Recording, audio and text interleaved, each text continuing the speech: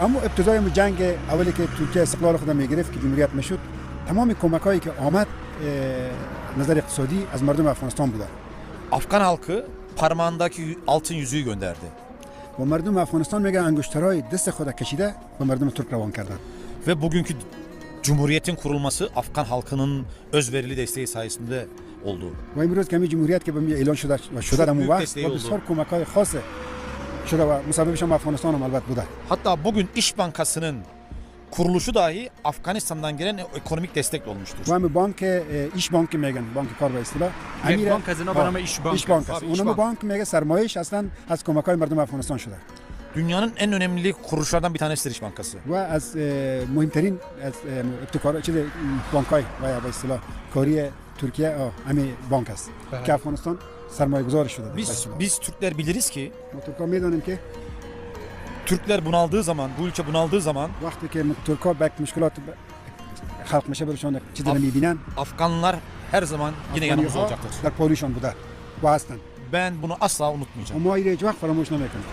Ve Afgan milletini bir Afgan milleti olarak değil, öp öz evlat, öp öz kardeş olarak ما göreceğim. ملت افغانستان، مردم افغانستان یک مثل مردم افغان نه، فقط مثل از خود میدانم.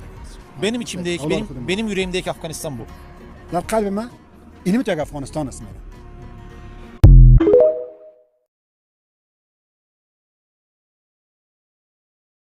چند سالتونه؟ 20. تو رابطه ای؟ آره. چند وقته؟ 1 سال و نیم. 1 سال و نیم. یه چالش میخوام بهت بدم. زنگ بزن به دوست دختره بگو من امروز صبح رفتم تست HIV دادم، مثبت در اومده.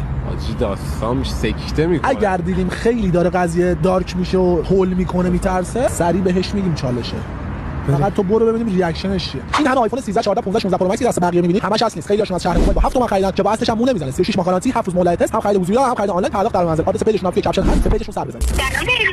سلام.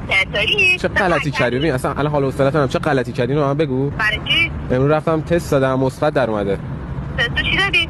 تست چی دادم؟ تست ایدز دیگه، HIV. چه گوی خوردی تو؟ به تو چه؟ بیا چه غلط نداره. امکان نداره که بخوای از من بگو چه غلطی کردی؟ فقط اینو به من بگو. آزمایششو من دارم. آزمایششو بهت میگم دارم.